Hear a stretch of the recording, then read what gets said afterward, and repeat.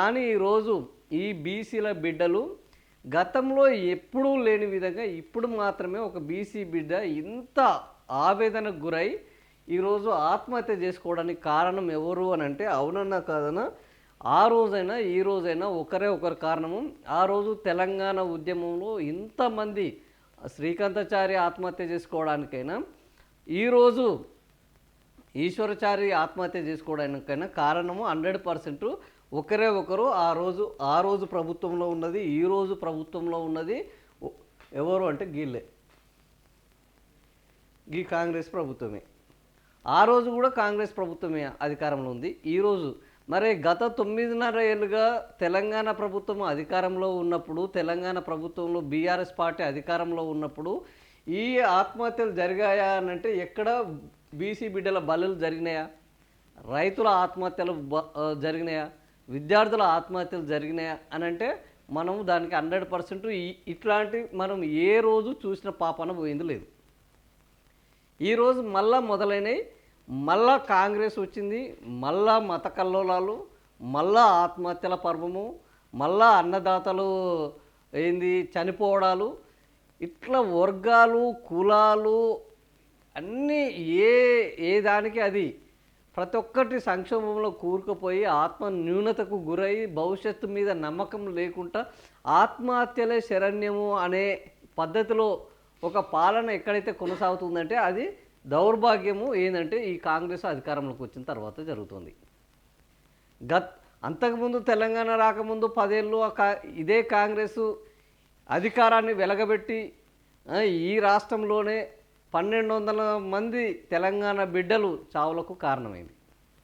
ఇచ్చినట్టే ఇచ్చి ప్రకటన ఇచ్చి వెనక్కి తీసుకొని పిట్టల తెలంగాణ బిడ్డలు రాలిపోతుంటే కూడా డ్రామాలు వేసుకుంటూ రాజకీయం కోసం, అధికారం కోసం అందరినీ బలిదానాలకు బలిపెట్టింది.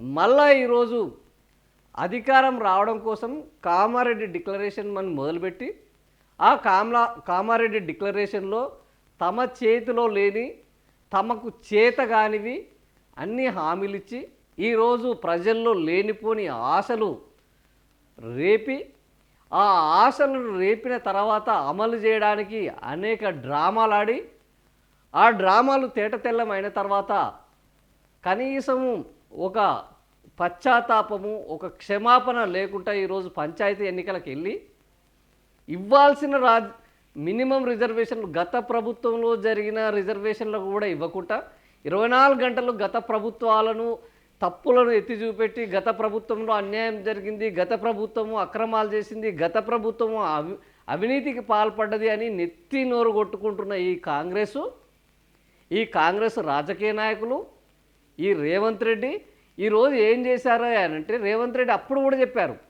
రెడ్డిలంతా ఏకం కావాలి, రెడ్డిలే రాజ్యం చేయాలి, రెడ్డిలు ఏకం కాకపోతే మొత్తము ఇంకా మనం ఎన్నడూ అధికారం చేపట్టలేము. ఇట్లా రెడ్డి కులస్వామ్యం ఉన్న వ్యక్తి ఈరోజు వచ్చి బీసీల పేరుతోటి పెద్ద ఒక డ్రామా నడిపించి కులగణన, ఒక అశాస్త్రీయమైన కులగణన, ఎక్కడ చట్టబద్ధత పొందలేని కులగణన. ఈ చట్టబద్ధత పొందలేని కులగణన. ఎందుకంటే దీంట్లో ఇంకో 10% మంది జనాభా పాల్గొనలేదు. ఎప్పుడైనా 10% కాదు 2% జనాభా పాల్గొనలేదు అన్నా కూడా అది కోర్టులో నిలబడదు. అట్లాంటి కులగణన. ఏ ఊర్లో ఎంతమంది వీళ్ళు చెప్పిన లెక్కల ప్రకారం కులాలు ఉన్నాయో ఇప్పటి వరకు ఎవరికీ తెలియని కులగణన. ఎవడన్నా కులగణన చేస్తే బీసీలు 56% ఉన్నారు. ఎట్లా 56% అయ్యారు? మా ఊర్లో మీ ఊర్లో 1000 మంది ఉన్నారు, మీ ఊర్లో ఇంత 15 మంది, 1000 మందిలో 600 కుటుంబాలు లేదా 550 కుటుంబాలు బీసీలు ఉన్నాయి కాబట్టి మేము ఈ బీసీ లిస్టు మీ దగ్గర వేస్తున్నామని వేసిరా? ఎక్కడన్నా పారదర్శకత ఉన్నదా? ఎక్కడన్నా ఒక పద్ధతి ఫాలో అయ్యారంటే ఎక్కడ పారదర్శకత లేదు, పద్ధతి లేదు. మొత్తము ఈ ఒక చట్టానికి లోబడని, చట్టబద్ధతకు రాని ఒక కులగణన చేసి దాని మీద అసెంబ్లీలో బిల్లులు పెట్టి గవర్నర్కు పంపించి రాష్ట్రపతికి పంపించి ఇవి కావు అని తెలిసి పెద్ద షో నడిపించి చివరికి కాడెత్తేశారు. కాడెత్తేసి అక్కడ బీజేపీ కారణము, వాళ్ళే మాకు ఇది చేయాల్సింది, కేంద్రంలో మేము లేము, వాళ్ళే కారణం అంటారు. ఇక్కడ బీఆర్ఎస్ కాళ్ళలో కట్టబెడుతున్నట్టారు.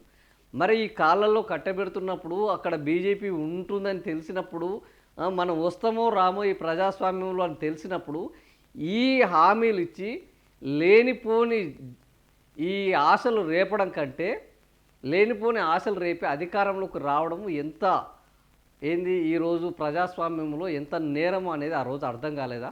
ఈరోజు బీసీ సమాజము ఈరోజు ఆలోచించడం మొదలుపెట్టింది. సో ఈ బిడ్డ మళ్ళా ఈ ఆత్మహత్యలకు కాంగ్రెస్ ప్రభుత్వము పాలన మొదలై ఇది విజయోత్సవాల, ఆత్మహత్యల పరంపరకు ప్రారంభోత్సవాల. మళ్ళా కాంగ్రెస్ ప్రభుత్వంలో ఈ విజయోత్సవాలు ఇప్పుడు వీళ్ళు ప్రజాపాలన విజయోత్సవాలు రద్దు చేస్తారా? ఈ ఆత్మహత్యల ప్రారంభోత్సవానికి రేపు గ్రీన్ సిగ్నల్ ఇచ్చి ఈ దానికి పచ్చ జెండా ఊపుతారా? ఏందనేది ఇప్పుడు కాంగ్రెస్ ప్రభుత్వం నిర్ణయించుకోవాలి. కాంగ్రెస్ పార్టీలో ఉన్న బీసీ నాయకులు నిర్ణయించుకోవాలి. కాంగ్రెస్ పార్టీ పేరుతో ఒక పీసీసీ అధ్యక్షుడిగా ఉన్నారు. ఇప్పుడు బీసీలు ఇంత ఆవేదనకు గురవుతున్నారు, చివరికి ఆత్మహత్యలకు లోనవుతున్నారు. కాబట్టి మనము కనీసం ఒక నైతిక బాధ్యతతోటి ఈ విజయోత్సవాలను ఆపేద్దాము. సంఘీభావ నిరసన కార్యక్రమాలు చేద్దాం. మనము బీసీలకు పాటుపడదాం. మనం ఇచ్చిన మాటను నిలబెట్టుకోవడానికి కనీస విజ్ఞత ప్రదర్శిద్దాం. ఆ మాట నిలబెట్టుకున్నందుకు బీసీలకు క్షమాపణ చెప్పుదాం. మళ్ళా ఇలాంటి ఆత్మహత్యలు జరగకుండా అందరినీ చైతన్యపరుద్దాం. అందరితో కలిసి ఈ బీసీల రిజర్వేషన్ల కోసము మనం పోరాడదామన్న ఒక నమ్మకాన్ని ఇద్దాము అన్న పద్ధతిలో ఈరోజు బీసీ కాంగ్రెస్ నాయకులు ఏమైనా ముందటికి వస్తారా లేదా అని చూడాల్సిన సమయం ఆసనమైంది. అట్లా రాకుండా రాజకీయం చేస్తే వీళ్ళని రాజకీయ సమాధి చేయాల్సిన అవసరం కూడా ఈరోజు బీసీ సమాజంలో ఏర్పడ్డది. సో ఇప్పుడు వీళ్ళు విజయోత్సవాలు చేస్తారా? ఆత్మహత్యల ప్రారంభోత్సవాలకు పచ్చజెండా ఊపుతారా? లేదా ఈ ఆత్మహత్యలకు కనువిప్పు కలిగి రేపటి నుంచి ఆత్మహత్యలు జరగకుండా సంతాప దినాలు రేపటి నుంచి ప్రారంభిస్తారా? ఈ 8-9 తేదీల నుంచి ప్రారంభిస్తారా? ఇది చూడాలి.